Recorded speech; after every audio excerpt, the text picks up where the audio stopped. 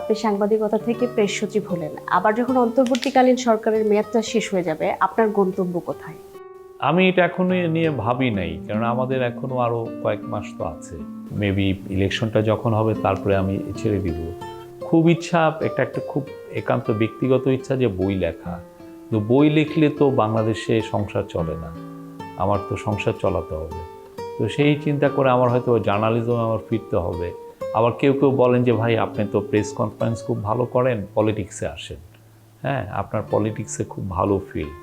তো ওইটাও অতটা আমি দেখিনি। আমার মনে হয় যে পলিটিক্সে কি যাব কি না, এক ধরনের মানে দুই তিনজন বলার কারণে একটা মাথার মধ্যে এটা ঢুকছে। আমি ওয়াইফের সাথে বলছিলাম, যে রুনার সাথে বললাম যে কি ঢুকবো নাকি, কিন্তু সে তো একদম না, কোনোভাবেই এইটা করা যাবে না। আবার আরেকটা মনে হয় যে বাংলাদেশের যে পলিটিক্সটা পোস্ট জুলাই অগাস্টে, জুলাই 36-এর পরের যে পলিটিক্সটা, যে টার্বুলেন্ট টাইম, যে এই যে মানুষের যে আকাঙ্ক্ষার জায়গাটা, এটা তো হঠাৎ করে নিভে যাবে না। এটা নতুন একটা বাংলাদেশ জাগতেছে, নতুন চর জেগে ওঠার মতো। সেই নতুন বাংলাদেশে যদি আমি কিছু কন্ট্রিবিউট করতে পারি, সেটাও একটা মনের মধ্যে আসে।